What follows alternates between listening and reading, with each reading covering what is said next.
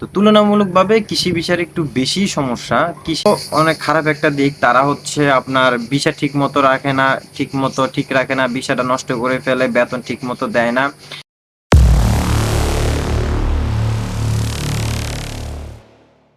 Hello everyone, আসসালামু আলাইকুম। সবাই কেমন আছেন অবশ্যই জানাবেন। আমি ফরাদ বলতেছি নর্দার্ন সাইপ্রাস থেকে। তো আজকে আমি পুরো ভিডিওটা হচ্ছে নর্দার্ন সাইপ্রাসের হচ্ছে এগ্রিকালচার যে ভিসা, কৃষি ভিসা, আপনারা অনেকে আসতে চাইতেছেন, তো এটা নিয়ে পুরো ভিডিওটা আমি মেক করব। তো সবাই ধৈর্য সহ ভিডিওটা দেখবেন, এমনকি কৃষি কাজে আপনি আসলে কতটুকু আপনার উপকার হবে এবং কি কতটুকু ক্ষতি হবে এটা নিয়ে পুরো ভিডিওটা শেষ করব। তো সবাই ধৈর্য সহ ভিডিওটা দেখবেন।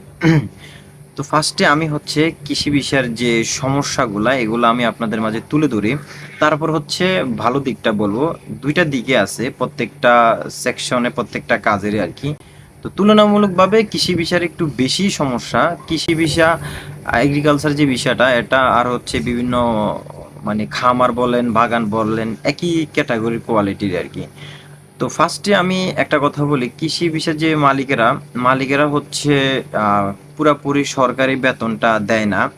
সরকারি বেতন থেকে আপনার হচ্ছে 10,000 থেকে 15,000 লিরা কম দিয়ে থাকে। যেমন যখন হচ্ছে 52,000 ছিল, কৃষি বিষয়ে যারা কাজ করতো, কৃষি কাজ করতো, তারা বেতন পাইতো 35,000, 40,000। এখন হচ্ছে আপনার 61,000 এখন দেবে হয়তো বা 40-45,000, মানে আপনি পরিপূর্ণভাবে স্যালারি পাবেন না।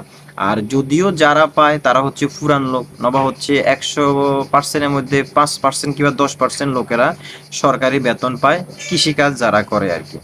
আরেকটা হলো কৃষি ভিসা, আপনি এখানে আসলে আপনি ভিসা আপনি কিন্তু 100% শিওর না যে আপনার ভিসাটা ঠিক থাকবে।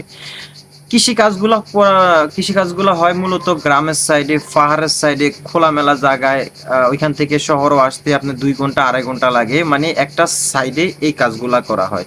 তো ওইখানে পুলিশের সমস্যা একদমই থাকে না, সেজন্য মালিকেরা হচ্ছে ভিসাগুলো নষ্ট করে ফেলে, আপনাকে আসার পরে মেডিকেল করাবে করাবে বলে আর মেডিকেল করা না, ভিসাটা নষ্ট করে ফেলে। কারণ ওইদিকে পুলিশ যায় না, পুলিশে কোনো চাপ নাই, আপনার সিকত্তার টাকা যেন না দেওয়া লাগে সেজন্য আপনাকে অবৈধ করে ফেলবে। আসার পরে মেডিকেল করাবে, ভিসা লাগাবে বলতে বলতে আপনি যে বাসবড় দিয়ে সাইপ্রাসে আসবেন ওইটার হচ্ছে মেয়াদটা শেষ হয়ে যায়, তারপর আপনি অবৈধ হয়ে যাবেন। তারপর আরেকটা জিনিস হলো, ওই মালিকেরা কি করে, আপনি যখন সাইপ্রাসে আসবেন, আসার পরে আপনি 1 দিন বা 2 দিন পরে আপনার পাসপোর্টটা তারা নিয়ে যাবে। নিয়ে যাওয়ার পরে আপনি ওইখান থেকে চাইলেও আপনি হচ্ছে বের হইতে পারবেন না পাসপোর্ট ছাড়া।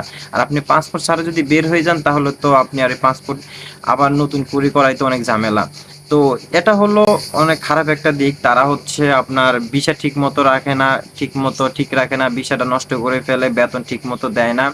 তারপর হচ্ছে আপনার ডিউটি সকালবেলা আপনার 5টা থেকে শুরু হয়, সন্ধ্যা 5টা 6টা পর্যন্ত। এখানে আরেকটা কথা আছে, কিছু কিছু কোম্পানি হচ্ছে বিভিন্ন সাপ্তাহিক যে বাজারগুলো আছে, যেমন ঘিন্না বসে, ল্যাপকোষা বসে, স্কেলা বসে, মাগুসা বসে, বিভিন্ন বাজারের মধ্যে তারা হচ্ছে এই যে আপনার যে সবজিগুলো এগুলো হচ্ছে সেল করে থাকে। তো অনেক সময় দেখা যায় কি, আপনার যে ডিউটির টাইমটা শেষ শেষ হওয়ার পরও ওই মালগুলা গাড়িতে লোড করে বিভিন্ন বাজারে বাজারে দিয়ে আসতে হয়। তো সেই ক্ষেত্রে আপনি মালামালগুলা বাজারে পৌঁছাইয়া দেন, আবার যখন আপনি বাসায় যাবেন, যে ঘড়ির টাইমের দিকে টাকা তাকাইবেন, দেখবেন হচ্ছে 12টা বেজে গেছে, সকাল 5টা বাজে আবার ডিউটি, আপনার রেস্ট কোথায়?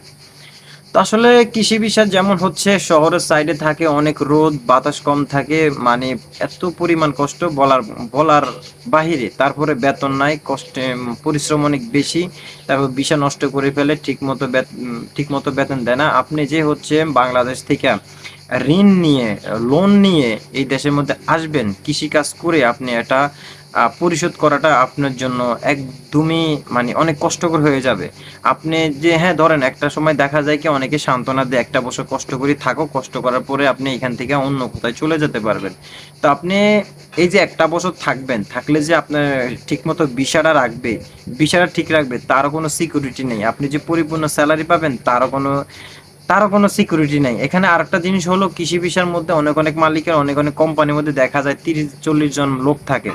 তো যখন হচ্ছে কাজের চাপটা একটু কম থাকে তখন 20 জনরে বসায় রাখে, 10 জন দিয়ে কাজ করায়, আবার ওই 10 জনরে বসায় রাখে, আবার 10 জনরে দিয়ে কাজ করায়। এরকম ভাবে শিডিউল ভাগ করে দিয়ে দিয়ে তারা হচ্ছে কাজ করায়। তো একটা সময় দেখা যায় মাসে হিসাব করতে দেখা যায় 10 থেকে 15 দিন হচ্ছে আপনার ডিউটি। আর বাদ বাকি দিন আপনি বাসায় বসে রয়েছেন। তো এই মানে সমস্যাটা আমাদের বাংলাদেশের না, অনেক অনেক দেশেরও আছে, যারা এই দেশের মধ্যে কৃষি বিষয়ে কাজ করে সবাই এটা ভোগান্ত বা সবাই ভুগতেছে। একমাত্র পরিপূর্ণ পায় যারা কোম্পানি পুরান লোক বা হচ্ছে সিনিয়র বাসা জানে, তারা হচ্ছে বিষয় ঠিক রাখতেছে, নবা হচ্ছে তারা পরিপূর্ণ স্যালারিটা পাইতেছে। এছাড়া নতুন লোকেরা আইসা কৃষি বিষয়ে শান্তি পাইতেছে না। তো আসলে এই ভিডিওটা হয়তো বা যারা হচ্ছে লোক আনানামা করে তাদের হয়তো বা গায়ে লাগতে পারে, বা হচ্ছে তারা ভাববে যে তারা লোক আনবে, এখন আমরা হচ্ছে এই কৃষি বিষয়ের ব্যাড যে রেকর্ডগুলো এগুলো আমরা সরাইতেছি। আসলে এটাই বাস্তব। আপনারা চাইলে যারা হচ্ছে কৃষি বিষয়ে কাজ করে, যারা কৃষি কাজ করে তাদের সাথে আপনারা যোগাযোগ করতে পারেন। আমি যে কথাগুলো বলছি একটা কথাও মিথ্যা না, সম্পূর্ণ কথাটা সত্য। তো আশা করি আপনারা বুঝতে পারছেন। যদি না বুঝে থাকেন অবশ্যই কমেন্ট করবেন, আমি আপনাদেরকে বলার চেষ্টা করবো। ধন্যবাদ।